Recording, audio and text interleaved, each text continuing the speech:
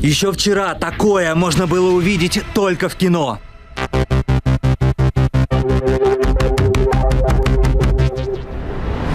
Но уже сегодня это пугающая реальность. Вот власти Китая закрывают на карантин Ухань, 11-миллионный мегаполис. Аэропорты и вокзалы больше не работают. Повсюду блокпосты и военные в масках.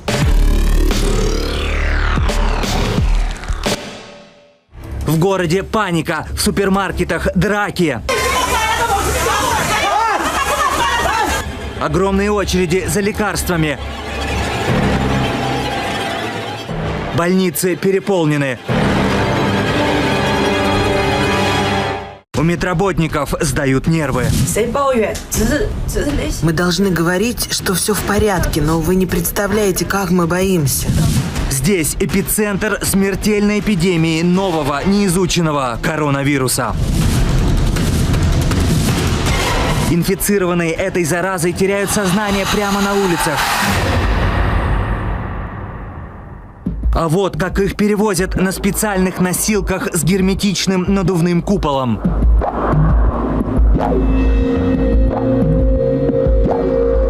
Для заболевших даже начали строить отдельный новый госпиталь. Его планируют завершить за рекордные 10 дней.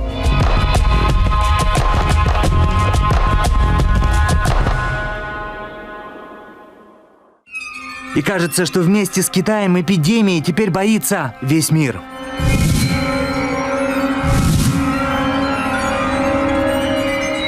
Когда новый вирус-убийца совершил свой первый межконтинентальный перелет и добрался до Америки, когда число заболевших и умерших в китайском Ухане стало расти в геометрической прогрессии, здесь, в Женеве, в штаб-квартире Всемирной организации здравоохранения, забили тревогу.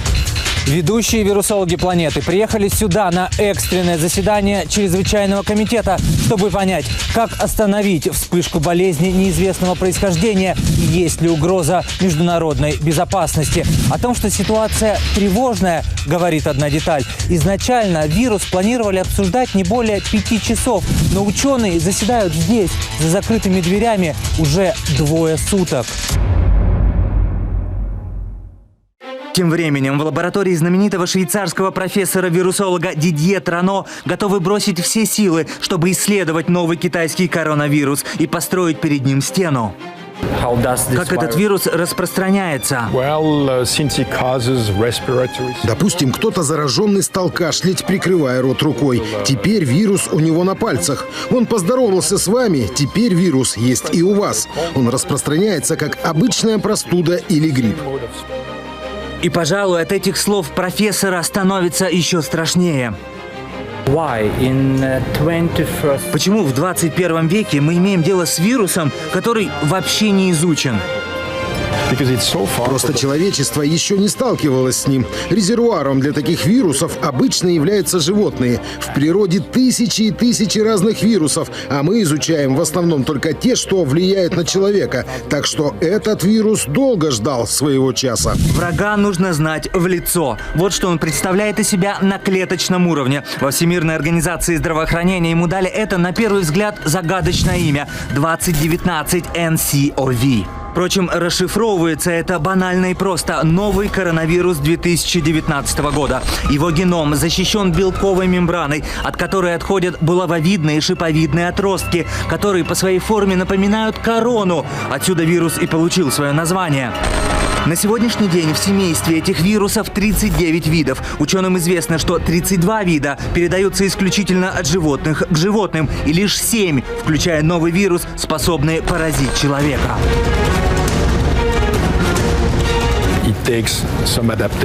Вирус мутировал, он стал хорошо себя ощущать в теле человека, и там он начал размножаться. Кстати, с вирусом иммунодефицита человека было точно так же. Вначале ВИЧ был только у обезьян.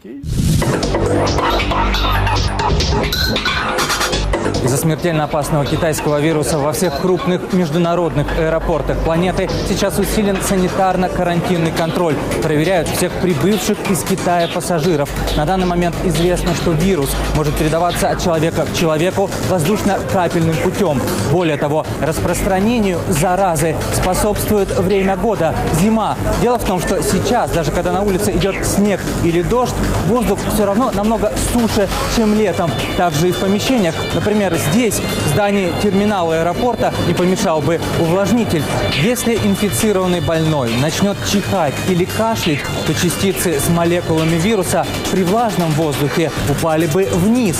Но сейчас, при сухом, они могут находиться в подвешенном состоянии в течение нескольких часов или даже дней. А теперь задумайтесь, вы сами того не замечаете, но в среднем касаетесь своего лица от 3 до 5 раз в минуту. К тому же постоянно трогаете различные предметы. В общем, кажется, риск заразиться и превратиться в настоящую биологическую бомбу сейчас как никогда высок. Но особенно высок он в этом городе, в китайском Ухане, там, где началась эпидемия. Абсолютно на улице никого нету. Никого. Россиянин Инамжон Манонов – студент Уханьского университета. С риском для жизни он показывает нам, во что сейчас превратился некогда шумный мегаполис и что там в данный момент происходит. Карантин. Никому нельзя выходить на улицу. Все закрыто, абсолютно все. Я еще заходил в аптеку, и там маски абсолютно нету. Пустые улицы, словно кадры из постапокалиптических триллеров. Россиянин на велосипеде заезжает в центральный парк Уханя и видит там это. Ого. Мне очень интересно, от чего умерли вот эти рыбы.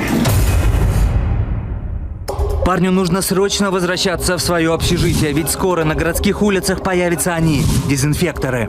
После 5 вечера нельзя выходить на улицу, потому что спецтехники, спецлюди. Непонятно, чем больше напуганы жители Уханя – самим вирусом или крутыми мерами китайских властей, которые закрыли на карантин несколько городов. Это оправдано. Неужели это хорошая идея? Да, это карантин, и пока вы не знаете, с чем вы имеете дело, почему бы и нет. Тем более в эти недели китайцы начинают путешествовать по всей стране, и в случае эпидемии это худшая ситуация. Мир также вздрогнул от экономических последствий китайского коронавируса. Из-за него, к примеру, на 3% упали цены на нефть. Но почему? Объясняет лондонский финансист и ведущий BBC Джастин Уркхарт. Представьте, что экономика потеряла часть финансовых потоков, потому что 5-7% своих доходов люди перестали тратить на путешествия. Конечно, в таком случае спрос на нефть упадет. Но больше всех от коронавируса пострадал туристический бизнес Китая, авиакомпании и гостиничные сети. В таких ситуациях всегда есть победители и проигравшие, а выигравший будет тот, кто первым произведет лекарство от вируса. Первыми о скором создании вакцины заговорили американские ученые, но европейский вирусолог Дидье Трано спешит нас удивить. Мол, вакцина от этого вируса, возможно, и вовсе не нужна. В США проверили всех людей, которые находились в контакте с зараженным, и ни один из них не был инфицирован.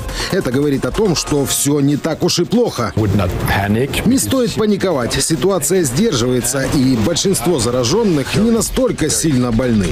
В СМИ разлетелась информация, что зараза пасует перед алкоголем.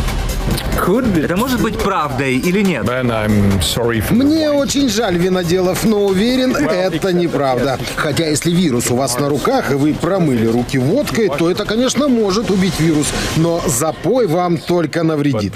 Так что же получается, не так страшен этот черт, как его малюют? Тем более, что из Китая пришла первая за последнее время хорошая новость. Вылечили одного 53-летнего старого мужчину, он заболевший, самый тяжелый Но спросим у сотрудника Всемирной организации здравоохранения, насколько все-таки страшна угроза. Правда, на вопросы он отвечает, убегая от камеры. Что у вас там внутри происходит? Вы будете вводить чрезвычайное положение? О чрезвычайном положении пока речь не идет.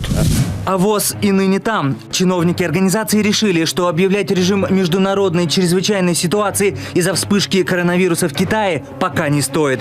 К этому вопросу они планируют вернуться через неделю, посмотрев, как бы цинично это ни звучало, сколько еще людей заболеет и сколько заболевших умрет.